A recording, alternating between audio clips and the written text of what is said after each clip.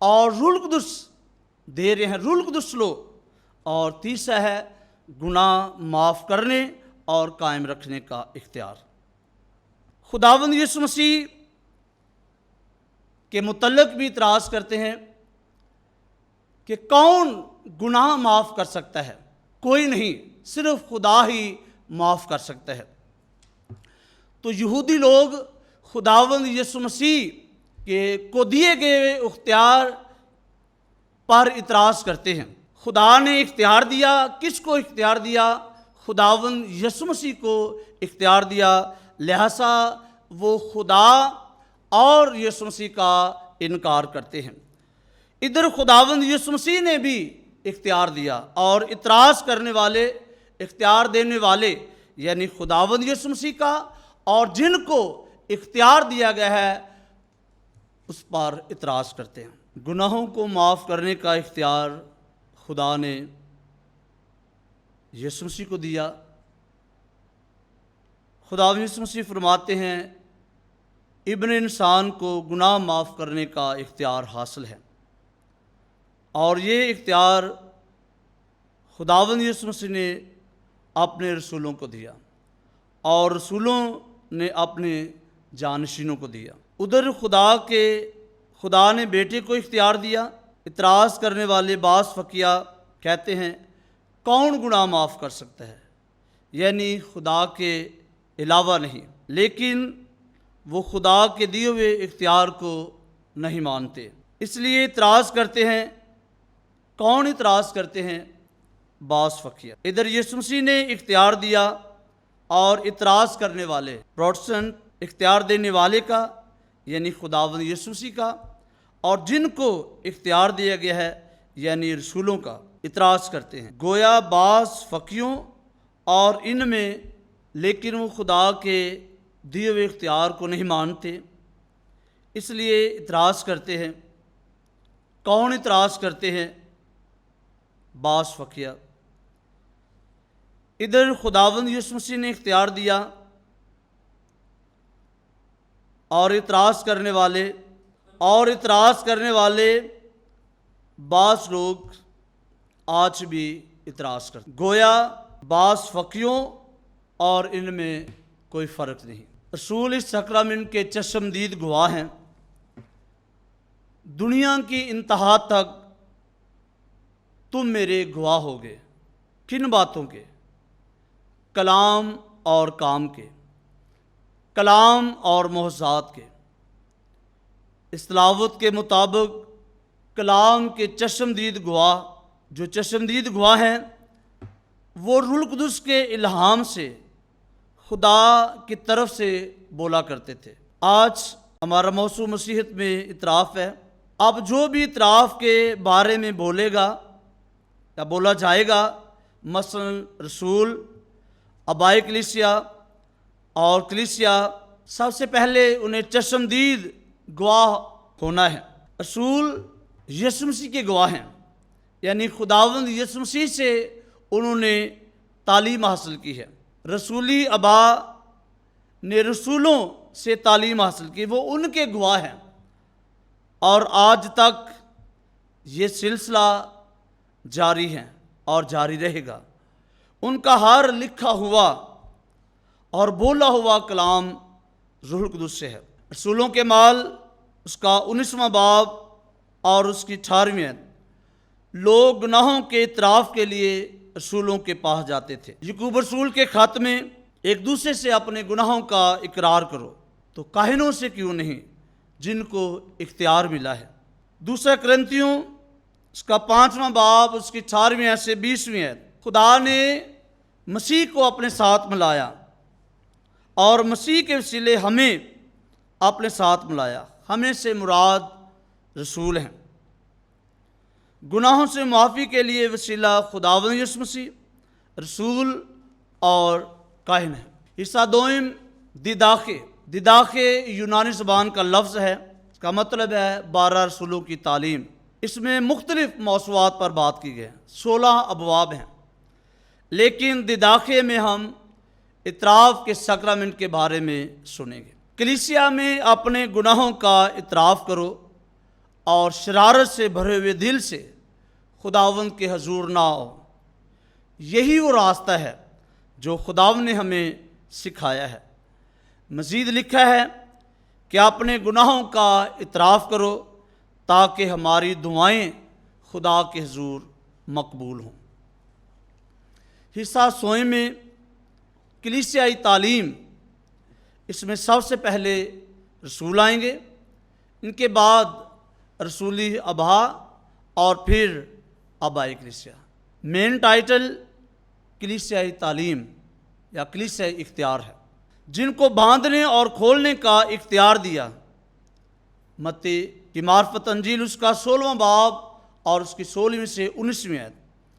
متی کے مطابق انجیل اس کا 18واں باب اور اس کی 18ویں آیت۔ جو تمہاری سنتا ہے وہ میری سنتا ہے، جو تمہیں ناچیز جانتا ہے وہ مجھے ناچیز جانتا ہے۔ لوکا کی معرفت انجیل اس کا 10واں باب اس کی 15ویں اور 16ویں آیت۔ کلیسیا کو جو حق اور سچائی کا ستون ہے، جن کے متعلق کہا گیا ہے کہ میں دنیا کے آخر تک ہر روز تمہارے ساتھ ہوں۔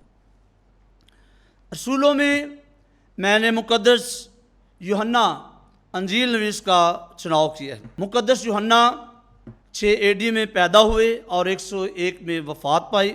سن 65 میں، پہلی صدی میں، خداوند یسوع مسیح کے اعتراف کی تعلیم کو دہراتے ہوئے کہتے ہیں کہ خداوند نے رسولوں کو گناہ معاف کرنے اور قائم رکھنے کا اختیار دیا ہے۔ اعتراف کے بارے میں تعلیم سنی سن 33 میں، اعتراف کے بارے میں تعلیم دی سن 65 میں، اور اعتراف کے بارے میں یا انجیل مقدس کو لکھا سن 90 سے 100 کے درمیان۔ رسولوں کے مال میں بھی، یعقوب رسول کے خط میں بھی اور کرنتھیوں کے خط میں بھی اعتراف کے سیکرامنٹ کے بارے میں بیان ہے۔ رسولی ابا وہ ہیں جنہوں نے رسولوں سے تعلیم حاصل کی ہے۔ بے شمار رسولوں کے شاگرد ہیں، لیکن میں 2 کے نام لوں گا، مقدس کلیمٹ آف روم اور مقدس اگنیشیس۔ مقدس کلیمٹ آف روم کے بشپ ہیں، سن 35 سے 97 تک ان کا عرصہ ہے، اور مسیحیت کے چوتھے رہنما کی حیثیت سے خدمات سر انجام دی ہیں۔ پہلا مقدس پطرس، پھر لینس اور پھر کلیٹس اور پھر کلیمٹ آف روم، جنہوں نے سن 88 سے 97 تک مسیحیت کی قیادت کو سنبھالا ہے۔ مقدس کلیمٹ آف روم کا ذکر فلپیوں 4 باب اور اس کی 30 آیت سے۔ روم کے کلیمٹس کے مطابق کلیسیا کی روحانی زندگی کے لیے اعتراف کا سیکرامنٹ حاصل کرنا بہت ضروری ہے۔ وہ کہتے ہیں روح القدس کی قدرت سے خداوند یسوع مسیح اپنے رسولوں کے ذریعے گناہوں کو معاف کرتے ہیں۔ مقدس اگنیشیس مقدس یوحنا کا شاگرد ہیں، اور مقدس پالوس رسول نے، مقدس پطرس نے انہیں انطاکیہ کا دوسرا بشپ مقرر کیا ہے۔ سن 110 میں اعتراف کے بارے میں ان کا بیان، برے درختوں سے دور رہو جو خدا نے نہیں لگائے۔ مقدس متی کی معرفت انجیل اس کا 15واں باب اس کی 13ویں آیت۔ تفرقہ تقسیم خداوند کو پسند نہیں ہے۔ امثال 6 باب 16 تا 19ویں آیت۔ گناہ خدا اور کلیسیا سے دور لے جاتا ہے، جبکہ اعتراف کے سیکرامنٹ میں خدا کے ساتھ ٹوٹا ہوا رشتہ بحال ہوتا ہے۔ جہاں گناہ ہے وہاں خدا موجود نہیں ہے، لیکن جو گناہوں کا اعتراف کرتا ہے اور خدا کی طرف لوٹتا ہے وہ گناہوں سے معافی پاتا ہے۔ وہ کہتے ہیں رسولوں کے ذریعے خدا کے ساتھ ٹوٹا ہوا رشتہ بحال ہوتا ہے۔ آبائی کلیسیا کا لقب ابتدائی صدیوں میں ان مسیحی دانشوروں اور مذہبی رہنماؤں کے لیے استعمال ہوتا ہے جنہیں خدا نے اپنے فرزندوں کے لیے ایمان کی نشو و نما کے لیے بھیجا ہے، اور جنہوں نے اپنے علم سے مسیحی ایمان کو پھیلایا ہے، اور جن کی تصانیف تمام زمانوں کے لیے